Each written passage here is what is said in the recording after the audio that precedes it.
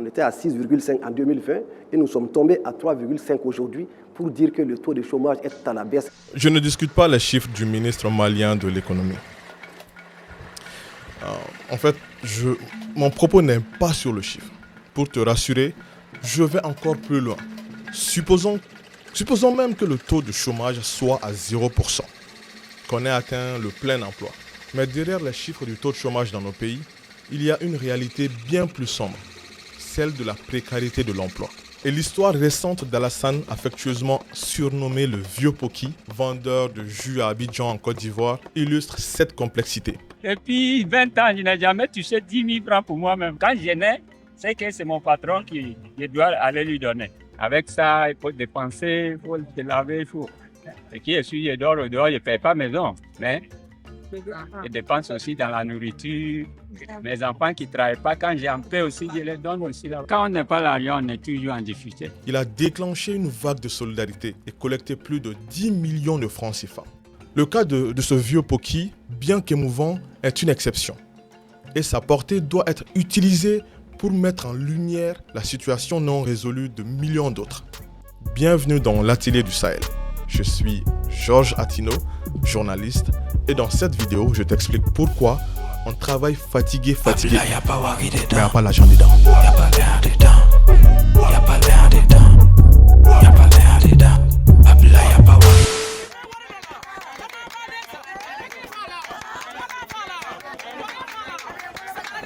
Pour ces travailleurs, le moindre choc peut être fatal.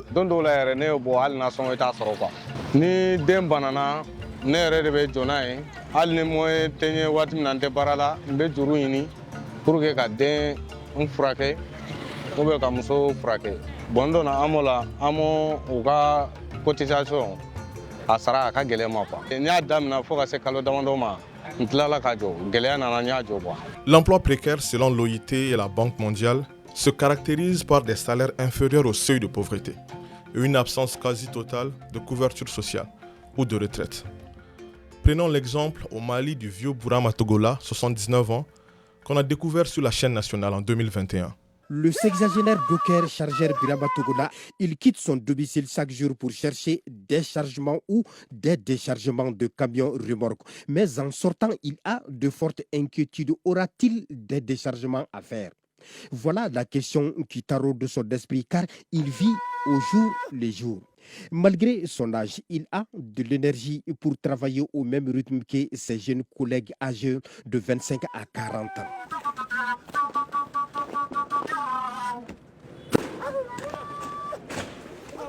En chronométrant son rythme de travail au départ, Birama Togola peut charger ou décharger un sac de 50 kg de riz en 1 minute. Au même moment, son épouse Mata Diallo, âgée de 60 ans, se bat elle aussi pour apporter sa contribution aux dépenses de la famille.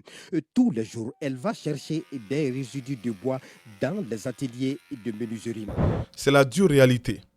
Et au Mali, 60% des travailleurs informels n'ont aucune forme de protection sociale.